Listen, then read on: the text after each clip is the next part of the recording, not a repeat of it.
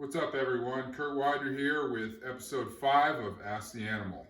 It's been a few weeks. I think it's been 3 weeks since the last video. I apologize for the delay in getting to you with the next episode. I've kind of had some stuff to deal with. I think the last time that I brought some videos to you, I told you I was having complications. I had the PICC line where they were, for the vancomycin treatments for the MRSA, and the PICC line had come out. I had to basically, after that video, go back to the hospital and have them take the PICC line out because it turns out that when they tried to put it back in, they actually caused a clot in my right arm. So, hey, thanks, Lewis Scale Hospital. I appreciate that. It was a lot of fun.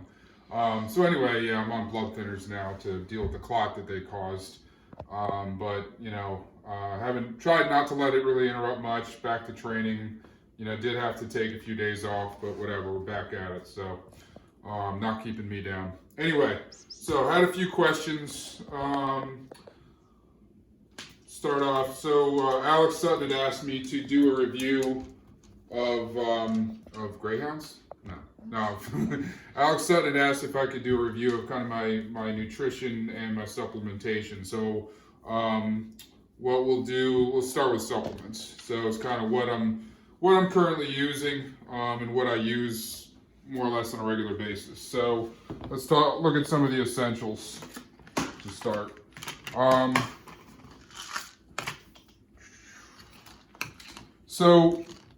If you follow me on Instagram, Facebook, or anywhere else,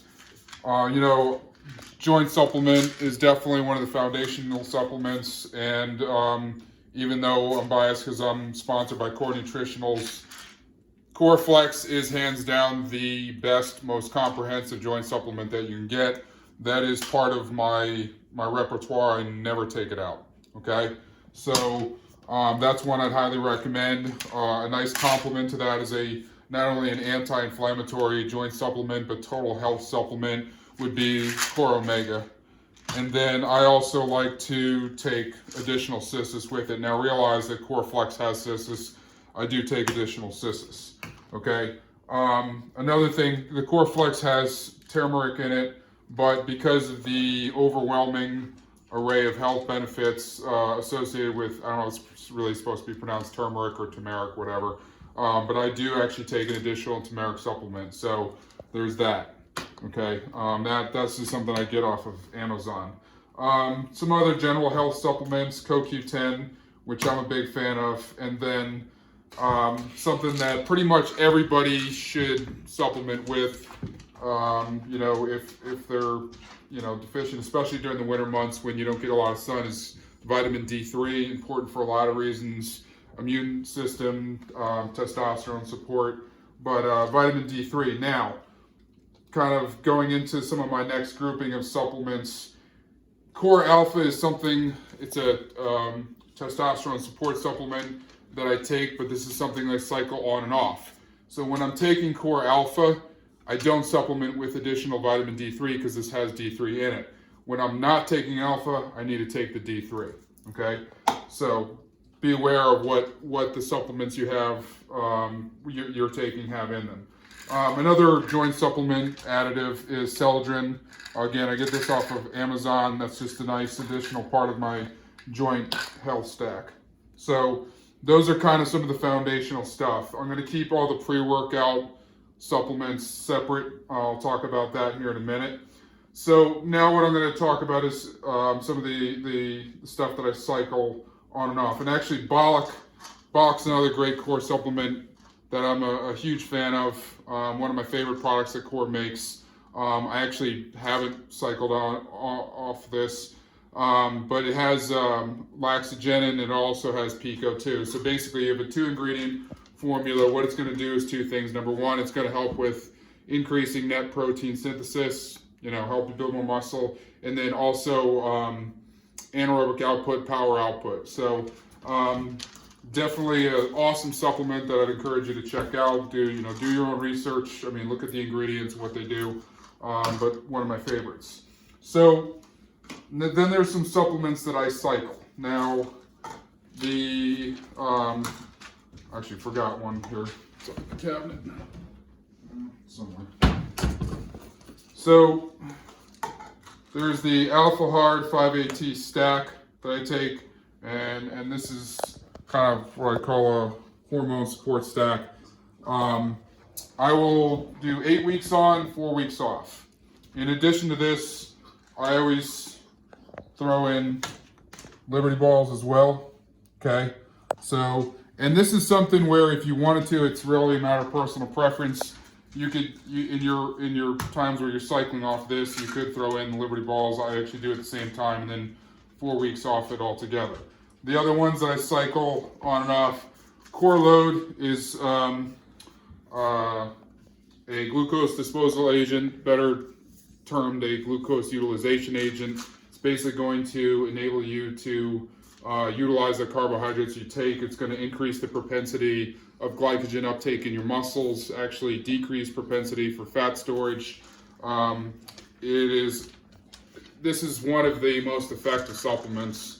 One of my favorite supplements that Core makes. I highly recommend it. You know, obviously it's going to be dependent on what type of diet. If you're, following a keto or low carb diet, then it isn't something that you're going to benefit from or want to utilize. But this is something that you have to take carbohydrates with, or not only is it not going to work, but it could actually, it can make you hyperglycemic. So, full dose is 6 capsules. Figure, 20 grams of carbs per capsule, so it can be broken up. What I typically do is, if I'm working out in the afternoon, I'll do either 3 caps before 2 meals or 2 caps before 3 different meals. So if you're doing 2 caps, you want at least 40 grams of carbs in that meal. If you're doing 3 caps, you want at least 60 grams of carbs in that meal. So even when you're during contest prep, I was utilizing this and then just breaking it up. So it's like, I have 3 different meals that have 40 grams of carbs prior to my workout. I do 2 capsules prior to those. So it can be taken on moderately low carbs. Another one that I kind of started using, this is a new release by Core Miracle Labs, which is Full Metal Jacket. It's a phosphatidic acid supplement. It also has betaine nitrate. I've taken phosphatidic acid supplements before. I do think they have some merit. There's some promising literature on them. I think to some degree the jury's still out on this one. This is my first round using this, and I kind of need to wait a little longer because of all the kind of episode I went through with the blood clot where I had to temporarily suspend training for 6 days, which is something I haven't had to do in a really long time, other than when I had surgeries. I actually just took my supplements out that week. There was no point in using them. So there was kind of an interruption to it, and I kind of restarted it when I started back on my training. So I'll let you know what I think, but I think this one is promising. Not a cheap supplement. That's the thing about PA supplements. They are expensive. So, but if you have everything else in place, it could be a strong additive as far as, increasing some strength and muscle. So now what I want to do is talk about pre-workout, and basically what I tend to do with pre-workouts is I like to build my own so I get everything I want. So there's certain ingredients that, I want to be a part of my pre-workout. Creatine monohydrate, without a doubt, that's kind of, bread and butter. Beta-alanine, at least 3 grams of beta-alanine. Citrulline malate. Hydromax, which is just a form of glycerol. It's gonna help with volume and pump. Betaine, acetyl L-carnitine, taurine, alpha GPC, branched chain amino acids, and PCO2. So I tend to get all these as straight commodities so I can mix my own. Now there are times when I may use a prepackaged pre-workout. For instance, Miracle Labs has A-Balm, and so there are sometimes we'll use something like that. You can see there's the label there, and you can go to Miracle Labs, Core Nutritional's Miracle Labs website, and look at all this for yourself. And what I'll do is I'll see what's already in here and then add what I need. So this already has citrulline, creatine, beta-alanine, alpha GPC in it. So the things that I would add in this case, I would add the Hydromax, I would add carnitine, the taurine, BCAAs, and PCO2 to that. This I use sparingly and I only use in certain situations. This is an extremely potent pre-workout supplement. So being that during the week I train in the evening after work, I'm training, usually my workout's starting around 5 p.m. And I've already had, you know, multiple cups of coffee at that time because I love coffee. You know, I'm not going to typically use this. I mean, I did have a situation like last Tuesday. My girlfriend holding the camera, her car got stuck down the road, and I spent about 2 hours basically chopping up ice and trying to get the car unstuck. So that was my first workout of the day.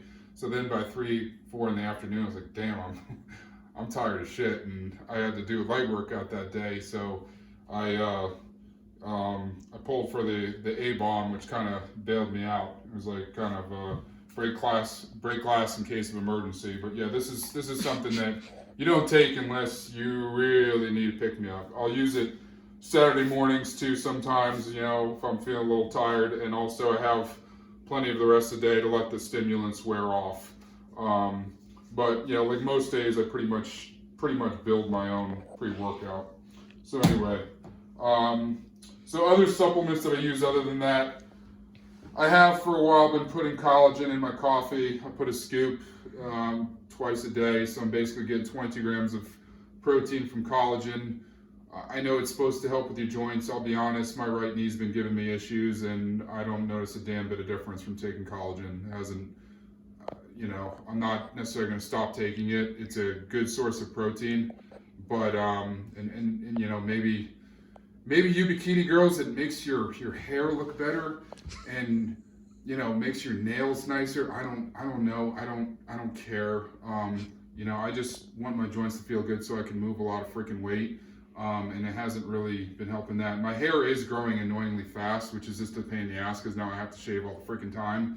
So, you know, whatever. Somebody else had asked me what I thought about collagen as far as whether it helps my joints. It's like, honestly, yeah, I'm not noticing shit from it. So, I do before bed take GABA, just straight GABA, gamma-aminobutyric acid, along with melatonin, and just to help me sleep. And especially since kind of coming off my workout, I'm sometimes finishing my workout at 7:30, trying to get in bed by 9. I'm still a little bit wired, so kind of, you know, helps me reverse gears a little bit there. Protein supplements, I don't use a lot of protein supplementation. Honestly, I prefer to eat food. But, you know, I do have some Core Pro, and the way I've been mainly using it is I'll keep a shake, you know, by my sink upstairs, because if I'll often get up in the night to pee, and so if I pretty much get up anytime where it's between about 11 p.m. and 2 a.m. and I'll throw a shake down, you know, get 50 grams of protein, and that's a nice, you know, sustained release protein blend. So I like using that. I'll also sometimes use it in my post-workout, which I'll talk about in a second with the nutrition part. You know, it's kind of as far as my nutritional consumption of food. But I have a unflavored whey isolate that I utilize sometimes as well. But yeah, I don't do a lot of protein powders. Do have some Core MRP, which I will bake with. For instance, this morning I made Core MRP waffles, which are really good. If you're not familiar with my Core MRP waffle recipe, you can look that up. I've done multiple posts on Instagram with that. Those are really good. It's eggs, egg whites, canned pumpkin, Icelandic yogurt, Core MRP, Saigon cinnamon, sea salt, baking soda, mix it up in the Ninja blender, and then just pour them in the waffle makers and make waffles. So that's pretty much everything as far as supplementation. And before I go into the nutrition segment, how do you like my new background? I built these bookshelves last weekend. Pretty happy with how they turned out. I was kind of tired of this wall and the way it looked like shit, so I finally found something to put here. Kind of put at least most of the books, some of my trophies. I actually got rid of probably over 50% of the trophies I had, my old amateur trophies. Kept the ones that look nicer and some of the ones that meant a little more, and then obviously all my pro trophies. The medals are down here. I still gotta put this back up. And then there's Rita's law enforcement thing that she got, 10 years of service. So not quite finished, but it looks a lot better than it did. It's coming together. So anyway, back to the questions. So the second part of Alex's questions had to do with nutrition, what I'm eating. My eating has a little more variability than it usually does. I usually pretty much eat the same thing every day. There's certain meals that still remain the same. Right now, my breakfast is standard. You know, I'll get up a little before 6, get the dogs fed, and start making my breakfast. So I'm usually sitting down to eat around 6 o'clock in the morning or a little after that. And I'm doing 4 whole eggs, about half a cup of egg whites. I put a scant amount of shredded Mexican cheese on them. I'll have a mandarin on the side, 40 grams of dry Cheerios, which is like 20 grams of carbs. I'll do the Kodiak Power Cakes, they're, you know, like 3 in the little package. I'll eat 3 of those. I'll do 2 to 3 medjool dates, which, if you're not familiar, this is I really like these. High in sugar, but also nutritious. I'll do some coffee with collagen. And yeah, I think that's about it. So pretty good sized meal. So that's around 6 a.m. Then around 10 a.m. I'll have 6.5 ounces of baked chicken. I basically I'll cook 2 big, like, multi-pound packages of chicken every week, and I'll put some in the freezer, and then I just thaw them out, and then I'll just make my meals off of that. You know, just season it, chop it up, and it's in a container ready to roll. So I, you know, always have pounds of cooked chicken in the fridge and in the freezer. But I'll do so 6.5 ounces of chicken with 6 ounces of broccoli, about 1.5 cups of white rice. I always have, beginning of the week, I'll cook a bunch of white rice, and then I have it for the whole week. I chop up about at least 100 or more grams of spinach and put in there. I add about 30 grams of hummus. I use the Boar's Head Chipotle hummus, which is really good. Some spicy brown mustard, red hot, black pepper, and salt, and just kind of mix all that together. And that's my second meal of the day. And then the third meal is my pre-workout meal, which is usually I'm starting to eat around 2:30, so it's like between 2:30 and 3 o'clock.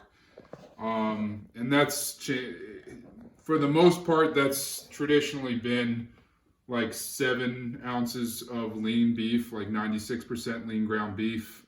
And I'm usually doing like 1.5 cups of white rice and vegetables, like more broccoli and or spinach with that, and you know, might put a little hummus on it, some spiced brown mustard, and red hot. That's pretty typical. For whatever reason, as of late, I haven't always wanted to eat beef in the afternoon, so I've even been doing just oatmeal and putting some protein powder in it and a little bit of peanut butter and having a lighter meal and eating beef later. So I'm working out from like, you know, 5 to 7. Sometimes it pushes past, goes 7:15, 7:20.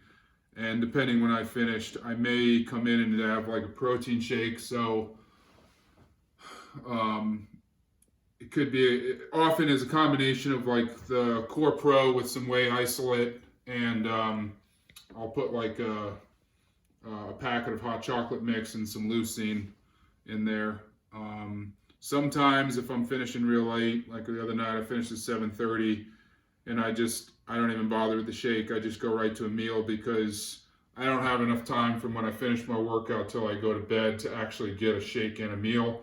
So what I do is I eat a nice big meal. I might have, like the other night I did beef and oats and broccoli mixed together in a bowl, and then I got my shake. So, you know, whenever I get up, whether it's 11 or 12 o'clock, I have another protein shake in the bathroom. So that's kind of been what my nutrition has looked like lately.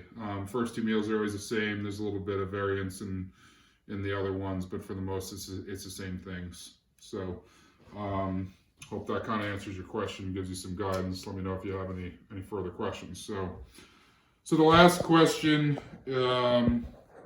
yesterday I got this question, and it started off as, does it matter whether I do leg extensions at one time versus kind of doing them between sets throughout the workout? And it kind of got me off on a tangent because it also had to do with, what I'm currently doing. I can't get my legs to grow. So the first part, does it matter whether you do leg extensions at what time?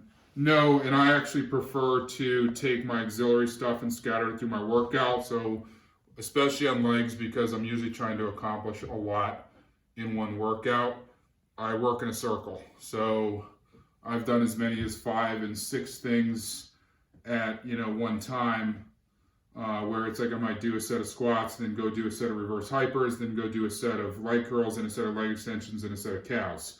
And this is part of why I need to have my own gym, because when you try to do this in a commercial gym, you have some schmo that sits down the leg extension, does a set of 10, and then grabs their phone and they're like, for fucking 8 minutes, while they don't need to rest from the 10 seconds of leg extension they just do. So I think as far as time efficiency, I think it actually works better. It does a couple things. So first of all, as I've gotten older and have had more, issues with my body and joints and this and that, it takes more to get my body warmed up and ready to go. So it actually helps me, like if I'm doing something like a compound movement like squats or deadlifts, for me to do other isolation movements in between that to help kind of get everything lubricated and warmed up and get blood flowing. So if I throw some extensions and curls and back extensions and stuff, it gets blood flowing faster. The other thing is, like, if you're even remotely fit, doing a set of leg extensions or leg curls or something like that should not really tire you or wind you where it takes away from your squats. If it does, then you need to elevate your fitness level considerably. I mean, you can do a set of 50 leg extensions and honestly 15 seconds later you should feel fine and like you're ready to do the next thing. I mean, you're not going to be out of breath because all you're doing is working that one part of your body. It's isolated. So I am all about throwing those in between your other movements. But it kind of, in answering the question, I got off on a tangent, which is that, as far as making your legs grow, I was like, well, leg extensions in and of themselves aren't going to really make your legs grow considerably. I mean, they're an isolation movement. Not that I'm against leg extensions. I'm a big fan of them. I think they're a great auxiliary movement. They serve their purpose. They're a great finisher. They're just that, a finisher. Similar to the way, doing any type of isolated curl for your biceps, it has its place, but it's not what's going to make your arms bigger. I mean, when you look at guys who have really big biceps and triceps, it's generally not because they do a shit ton of isolation movements. They may do isolation movements, but what actually probably caused their arms to grow and get bigger was the fact that they're doing really heavy presses for shoulders and chest, and they're doing really heavy pulling movements. So if you're doing dumbbell rows with 120 to 150 pound dumbbells, and you're doing pull-ups with your body weight and you weigh 220 pounds, or you're doing pull downs with anywhere from 220 to 300 pounds, and seated rows and all that stuff, those are the things that are putting the mechanical tension on your muscles at a much greater rate, and there's a lot more tension being placed on those muscles that are going to cause them to grow. So you can go ahead and finish off with doing some isolated curls, but what's really going to contribute to the growth is the big movements that put a lot of stress on there. So similarly with legs, it's the big stuff like squats that are going to put a lot of stress on the legs, and you can finish them off with some extensions. So kind of the second part of the question is, struggling to get your quads to grow. And people will talk about what, how important are squats and, what else you should do. So I definitely of the opinion that everybody in some capacity needs to do some form of squat. A squat is one of the most highly prioritized functional movements that is just mandatory for not just fitness but for life. I mean, if you can't do a basic squat, you got some problems. And I know people say that, I have knee problems, I have back problems, whatever. I'm not saying you have to put 300 pounds in your back, but you have to be able to do a basic squat. Even when I was training my mom, when she's in her 70s, doing a basic like box squat, going down, even if it's a higher bench, and coming back up, whether it be with no weights or just weights in your hands to the side like 5-pound dumbbells, you need to be able to do a basic squat. Having said that, I would say if your goal is to achieve hypertrophy in your legs, meaning you want to get bigger legs, I don't think that squats by themselves are the complete answer. They're part of the formula. The thing about doing heavy squats is if you've ever done a set of 10 or 12 or 15 or 20 on squats, it puts a tremendous amount of stress in your entire body, your central nervous system, your core, and a lot of your body actually gets worn out. Even just holding the weight there, I mean, your shoulders and everything, your upper back from staying, braced is going to be tensed and fatigued, sometimes even before your legs are. And so machines definitely serve a purpose when it comes to attaining hypertrophy in your legs. And this is where I think things like a leg press and definitely a hack squat, well-designed leg machines like the Hammer Strength H squat or the Rogers Athletic Squat Pro, aka Pendulum Squat, which I have. These things can allow you to place more stress on just your quads with some assistance from hamstrings and glutes without putting as much stress on your core, so that you can kind of burn out your actual legs a little more, force more blood in there, and get more growth.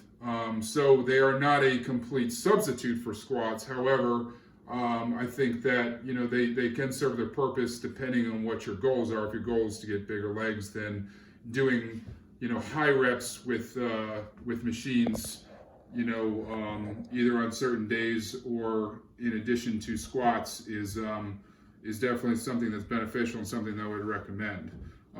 Having said that, along those lines, there is actually a great article that I think is from 2011 that Brett Contreras wrote. You can find it if you Google 10 reasons that bodybuilders are more jacked than powerlifters, you'll find it. It was on T Nation, and it goes into a lot of the science as to the differences between bodybuilding style training versus powerlifting style training, which is based around strength, and how that equates to how it manifests itself physically in terms of appearance. Why you can actually have when you look at all other things being equal, whether somebody is enhanced or not enhanced, you take two people at the top of their game, the best of the best.